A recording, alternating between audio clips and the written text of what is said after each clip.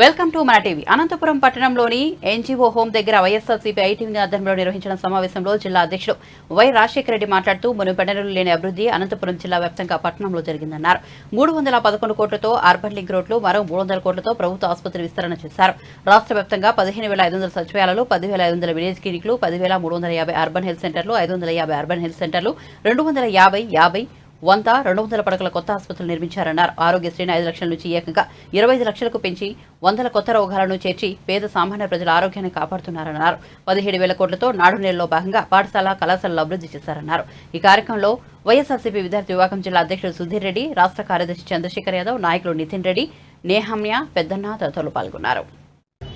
ఈరోజు అనంతపురం పట్టణంలో లేదంటే అనంతపురం నియోజకవర్గంలో లేదా అనంతపురం జిల్లా వ్యాప్తంగా వైఎస్ఆర్ కాంగ్రెస్ పార్టీ గత 5 సంవత్సరాల్లో అద్భుతమైన ప్రగతిని చూపించింది. దాంతోపాటు సంక్షేమంతో పాటు అభివృద్ధిని కూడా సమాంతరంగా మన జిల్లాకి తీసుకొచ్చింది.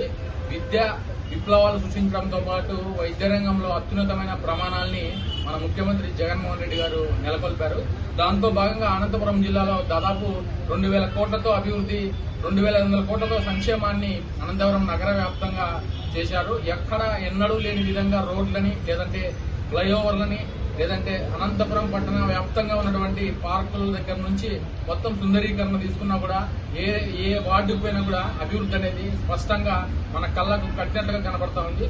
దాంతోపాటు రాష్ట్ర వ్యాప్తంగా మన వైద్య రంగాన్ని అభివృద్ధి చేయడంలో భాగంగా 10,500 మన విలేజ్ క్లినిక్లు, 550 అర్బన్ హెల్త్ సెంటర్లు, దాదాపు 250, 150, 150 పడకల ఆసుపత్రులను నిర్మించి విద్యారంగంలో, వైద్య రంగంలో అద్భుతాలు సృష్టించారు.